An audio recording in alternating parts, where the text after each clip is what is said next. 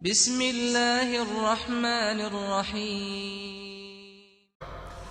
جس دل میں رب ذوالجلال کی محبت ہوگی، جو دل اللہ جل وعلا کی محبت سے لبریز ہوگا، وہ انسان رغبت کے ساتھ اور سبقت کے ساتھ اللہ جل وعلا کی عبادت کر سکے گا۔ یاد رکھیں، محبت کی دو قسمیں ہیں، ایک ہے مشترک محبت اور دوسری ہے خاص محبت۔ جو مشترک محبت ہے اس کی بھی آگے تین قسمیں ہیں۔ نمبر ایک، نیچرل محبت، جو انسان کو نیچرلی طور پر بعض امور سے ہوتی ہے۔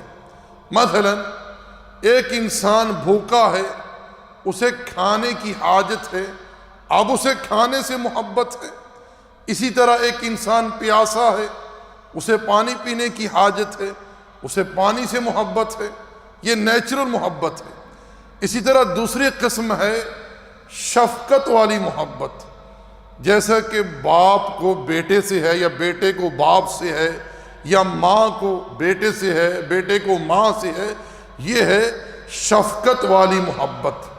محبت کی تیسری قسم ہے انسیت والی محبت، الفت والی محبت۔ یہ جو دو انسان آپس میں پارٹنر ہوتے ہیں، ان کا بزنس تجارت آپس میں سانجھا ہوتا ہے، ان کو آپس میں الفت ہوتی ہے، محبت ہوتی ہے۔ تو یہ جو تین اقسام ہیں مشترک محبت کی، یہ تعظیم کے دائرے میں نہیں آتی۔ جو محبت کی قسم ہے خاص محبت، یہاں انسان کو بالکل خبردار رہنا ہے کہ ایسی خاص محبت جو اللہ جل وعلا سے ہو، کسی اور سے نہ ہو۔ مشرکین جنہوں نے اللہ جل وعلا کی عبادات میں شرک کا ارتکاب کیا، انہوں نے اللہ جل وعلا کی توحید ربوبیت میں ایسی امور کا ارتکاب نہیں کیا کہ اپنے معبودان باطلہ کو اللہ جل وعلا کے مقابلے میں خالق ہونے کا، یا مالک ہونے کا، رازق ہونے کا، یا مدبر ہونے کا مقام عطا کیا ہو، بلکہ انہوں نے اللہ جل وعلا کی توحیدی الوہیت میں، کلمہ لا الہ الا اللہ میں، انہوں نے اپنے معبودان باطلہ کی محبت کو اللہ جل وعلا کی محبت کے مساوی کر دیا۔ ایسے ہی لوگوں کی بابت اللہ جل وعلا نے قرآن مجید میں ارشاد فرمایا، وَمِنَ النَّاسِ مَن يَتَّخِذُ مِن دُونِ اللَّهِ أَندَادًا يُحِبُّونَهُمْ كَحُبِّ اللَّهِ۔ ارشاد فرمایا کہ لوگوں میں کچھ لوگ ہیں ایسے جنہوں نے اللہ کے ند مقرر کیے ہیں، اور وہ ان سے ایسی محبت رکھتے ہیں جو محبت اللہ سے ہونی چاہیے۔ آگے فرمایا، وَالَّذِينَ آمَنُوا أَشَدُّ حُبًّا لِلَّهِ، مگر جو اہل ایمان ہیں وہ اللہ جل وعلا کی محبت میں بڑے ہی سخت ہیں، ان کے دل رب ذوالجلال کی محبت سے لبریز ہیں۔ تو اب غور کیجئے کہ مشرکین نے اللہ جل وعلا کی جو توحید الوہیت ہے، اس میں اپنے معبودان باطلہ کی محبت کو رب کی محبت کے مساوی کر دیا۔ اسی لیے ایسے لوگ قیامت کے دن اپنے ان افعال پر ندامت کرتے ہوئے کہیں گے، اذ نسویکم برب العالمین، کہ ہم نے تمہیں اللہ کے برابر کر دیا۔ برابر کیسے کر دیا؟ اللہ جل وعلا کی عبادات میں، اللہ جل وعلا کی الوہیت میں۔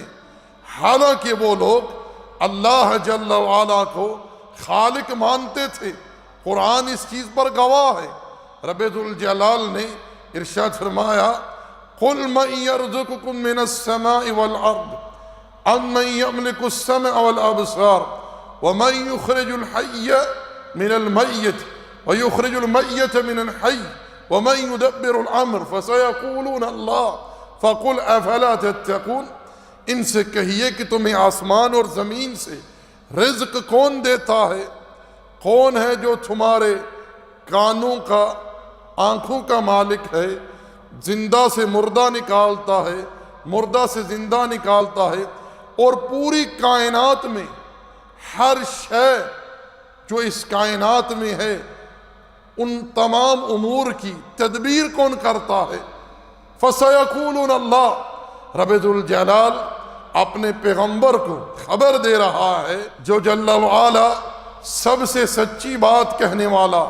ارشاد فرمایا وَمَنْ أَصْدَقُ مِنَ اللَّهِ قِيلًا وَمَنْ أَصْدَقُ مِنَ اللَّهِ حَدِيثًا، اللہ سے سچی بات کہنے والا کون ہے؟ وہ رب ذوالجلال اپنے پیغمبر کو اس بات کی خبر دے رہا ہے۔ فَسَيَقُولُونَ اللَّهُ، اے میرے پیغمبر یہ اس بات کا اقرار کریں گے، اعتراف کریں گے، رزق دینے والا اللہ ہے، کانوں اور آنکھوں کا مالک اللہ ہے، زندہ سے مردہ نکالنے والا، مردہ سے زندہ نکالنے والا، اور اس کائنات میں جملہ ہر شے کے معاملات بنانے والا، تدبیر کرنے والا ایک اللہ ہے۔ یہ چیز وہ جانتے تھے، اس چیز میں وہ رب کے ساتھ کسی کو شریک نہیں کرتے تھے۔ وہ لوگ اللہ جل وعلا کی عبادات میں، اللہ کی الوہیت میں غیروں کو شریک کرتے تھے، اور ان کے ساتھ ان کا معاملہ، ان کی محبت، ان کی تعظیم ایسے ہی تھی جو رب ذوالجلال کے لیے ہونی چاہیے تھی۔ اسی لیے اللہ جل وعلا نے ارشاد فرمایا وَمِنَ النَّاسِ مَن يَتَّخِذُ مِن دُونِ اللَّهِ أَندَادًا يُحِبُّونَهُمْ كَحُبِّ اللَّهِ، ان لوگوں نے اللہ کو چھوڑ کر ایسے ند مقرر کیے ہیں، ایسے ہمسر مقرر کیے ہیں، اور ان سے ایسی محبت رکھتے ہیں جو محبت انہیں اللہ سے رکھنی چاہیے۔